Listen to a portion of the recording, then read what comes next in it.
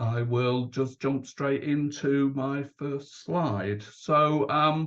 Yeah, I'm a director at Shared Future CIC. We're a social enterprise based in the northwest of England. I've been working on participatory budgeting, or PB, for about 20 years. And our social enterprise also does a lot of other things: citizens, juries, and assemblies, particularly on climate change. We do some work on social economy development, so that's like social enterprises and community businesses. We've got projects running across the UK and sometimes internationally, and we sometimes do evaluation and reviews of engagement programs, and I'll reference one of those a bit later on. So what is participatory budgeting? Well, there's a quote from the UK government a few years ago. So PB is the process of directly involving local people in making decisions on the priorities and spendings for a defined amount of the public budget. So that's all a bit of a mouthful. So really it's about that interaction between citizens who may have lots of ideas about what they want doing and people with authority over budgets and how they respond. So are they just going to be that sort of faceless bureaucrat who says, we know what we do, we know what we've got our own ideas, what do you think of them, and opens that out. So I like the quote from Brazil that was where PB started many, many years ago. If it feels like we've decided it's PB, if it feels like someone else has decided, it isn't. So that's very much about the sense of autonomy and power that citizens get through this process. So some characteristics of a good quality PB: it's about real money. So this isn't a kind of shadow exercise. It's about an actual commitment of resources over to residents, to citizens who will directly decide how it's being spent. So that could be money from parish precepts, it could be from partners, it could be from money from the private sector if you can bring it in. So any resource that you have available could be more participatory in the way it's spent. So it's not about consultation. Citizens also generate ideas. It's not just about responding to a preset number of options. Ideally, it's co-designed. That means that there's a sort of working group of residents who come together with the parish council or the town council or whoever's delivering it and actually shape it so that it fits their needs. It's more than just voting. So the vote is an important part of PB, but there's also spaces for deliberation and for people to share their perspectives and their lived experience. Generally, it's about trying to promote equity, to redistribute resources from where perhaps there's too much to where there's too little. There's an aspect of accountability and openness. So it's about trying to make sure you communicate in ways that are meaningful to everyday citizens. So there's a kind of culture change involved in that.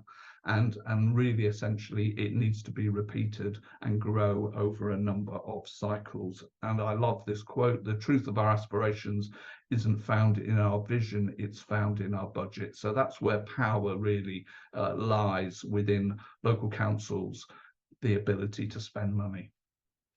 So there are two possible forms of PB. The first one is participatory grants.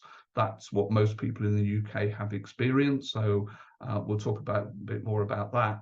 But there is another aspect, and that's the more traditional or the way that it's done outside of the UK, which is about mainstreaming. So it's about how citizens can shape the services and investments of local government itself. So I suppose the first is money being handed as grants to citizens to take action themselves, and the other is about how citizens change how spending is happening, done by the parish or town council. So the small grants, typically a grants pot, 20, 30, 50,000 pounds are sort of typical amounts. They generally will have a name. You decide. Community chest, the big dish out. So you don't call it PB, but you call it something kind of slightly more sexy than that. Bidders who come forward, rather than it being decided by a panel of experts, actually present all their proposals in an open meeting to anybody in the community who wants to turn up, and then everybody gets a chance to vote and vote multiple times for a number of projects. And it's been shown to be very effective in engaging, networking and enthusing people, particularly if it's done on a repeated basis. and sometimes you can get up to 300, 400, 500 people coming along to some of these events. Lots of different ways of running them. I have to say the leaders of participatory budgeting at the moment in the UK is in Scotland. They've had a long tradition of trying to empower communities and citizens. They've got a big commitment to PB. They spend money on resourcing it and developing it and learning networks. And it comes out of this fundamental belief that the best people to decide the future of our communities are the people who live in those communities. And most recently, we were commissioned to review a whole range of participatory budgeting processes that had happened across Gwent in South Wales. So this was health money. So it was mainly focused around community wellbeing initiatives, but they were partnerships between the local authorities or town councils and health bodies linked to the Nuremberg Health Trust. And they'd done lots of PB, but they hadn't got an overview really. So they brought us in to develop, to review what they'd done already with their many different processes. They'd spent well over £1 million through PB in different communities of Blaenau Gwent, Torfaen, Monmouthshire, Newport, and now Caerphilly is about to start. And we also developed a guide, an evaluation toolkit on the future, on where they might take it and how to evaluate your own PB process. And that guide is freely available on our website and might be useful to look at. And I know the presentation might be sent around so you can access those links. So we developed a whole set of indicators about what is important if you're trying to measure the quality of your PB process. So how inclusive and cohesive is it? Are citizens being respected? Are citizens respecting each other?